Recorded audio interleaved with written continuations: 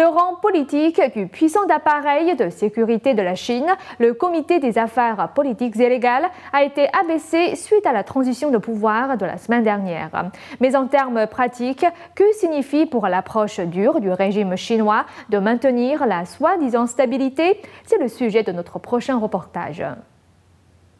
Cet homme, Zhou Yongkang, n'est plus le chef de la sécurité chinoise. Il a été remplacé le lundi 19 novembre en tant que chef du comité des affaires politiques et légales. Son ancien statut en tant qu'un des plus hauts dirigeants du parti gonflait la puissance de ce comité que le régime chinois semble à présent contrôler. Meng Zhenzhu, le remplaçant de Zhou Yongkang, est d'un rang inférieur politiquement parlant. Meng est le chef du bureau de la sécurité publique et n'est qu'un membre du Politburo. Zhou Yongkang était, quant à lui, au sein du comité permanent.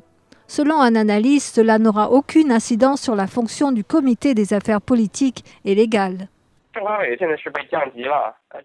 Son rôle de réprimer le public et d'interférer avec l'indépendance judiciaire n'a pas changé. Le PCC n'a fait que l'abaisser au sein de son système de pouvoir, donc ce n'est plus une autre base de pouvoir capable de défier le parti central. C'est juste comme passer le couteau d'une main dans l'autre, mais le couteau est toujours pointé vers le public.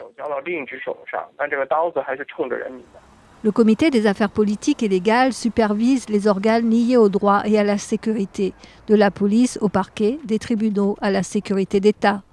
Il est chargé d'exécuter la campagne massive de maintien de la stabilité du régime chinois, effort dont les critiques disent qu'ils se traduisent par la répression de la dissidence, souvent par des moyens extralégaux. Selon le professeur de droit Zhang Zaning, avec Meng Zhenzhu aux commandes du comité des affaires politiques et légales, l'appareil de sécurité continuera à manquer de la séparation attendue des pouvoirs. Il est vraiment inapproprié pour le chef de la sécurité publique d'être aussi le secrétaire du comité des affaires politiques et légales. Dans la plupart des pays, le système judiciaire est indépendant et le pouvoir de la sécurité publique devrait rester sous le contrôle des cours ou des parquets. Pendant plus d'une décennie, une des principales fonctions du comité des affaires politiques et légales a été d'exécuter la persécution de la pratique spirituelle Falun Gong. L'ancien dirigeant chinois Jiang Zemin a lancé des mesures de répression nationale en 1999. Lorsqu'il s'est retiré de ses fonctions de chef du parti en 2002, il a élevé le responsable du comité des affaires politiques et légales au niveau du comité permanent du Politburo, comme une façon de poursuivre son agenda politique. Nouvelle NTD.